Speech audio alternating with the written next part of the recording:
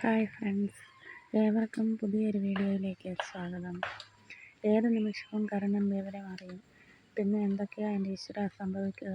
ഗോമതിയമ്മ നിർത്തലില്ലാതെ തനിക്ക് പറയാനുള്ളതെല്ലാം പറഞ്ഞു തീർത്തു. കാർത്തി അസ്തപ്രജ്ഞയായി നിന്നുപോയി. അവൾക്ക് ഒരക്ഷരം മിണ്ടാൻ കൂടി കഴിഞ്ഞില്ല.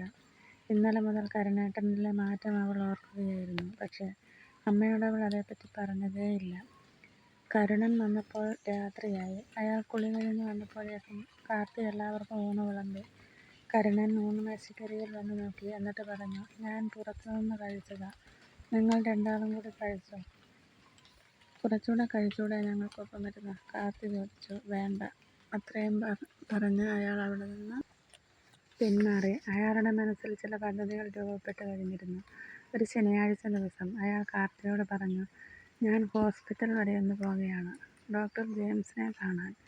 കരുണൻ ചെല്ലുമ്പോൾ ഡോക്ടർ ജെയിംസ് ഹോസ്പിറ്റലിലുണ്ടായിരുന്നു. അയാളുടെ സ്വന്തം ഹോസ്പിറ്റലാണത്. നേരത്തെ വിവരമറിയിച്ചതനുസരിച്ച് അയാൾ കരുണനെയും കൂട്ടി തൻ്റെ പ്രൈവറ്റ് റൂമിലേക്ക് കയറി വാതിലടച്ചു. ഇനി പറയാ, എന്താ തനിക്കിത്ര രഹസ്യം പറയാനുള്ളത്? ഡോക്ടർ ജെയിംസ് ഒരു കസേരയിലിരുന്നു. മറ്റൊന്ന് കരുണൻ്റെ സമീപത്തേക്ക് നീക്കിയിട്ടു. അവർ ഇരുവരും സുഹൃത്തുക്കളാണ്. കരുണൻ കാര്യങ്ങളെല്ലാം വ്യക്തമായി ജെയിംസിനെ ധരിപ്പിച്ചു.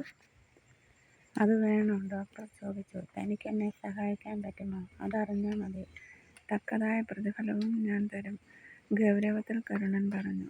ഡോക്ടർ ജെയിംസ് അല്പസമയം അയാളുടെ മുഖത്തേക്ക് നോക്കിയിരുന്നു. എന്നിട്ട് പറഞ്ഞു, താൻ നാളെ കാർത്തികയും കൊണ്ട് ഇവിടെ വരിക. അപ്പോൾ ഞാനൊരു ഡേറ്റ് പറയും. അന്ന് തന്നെ ഓപ്പറേഷൻ നടക്കണം, കേട്ടല്ലോ? ബാക്കി ഭാഗം അടുത്ത വീഡിയോയിൽ. Thank you.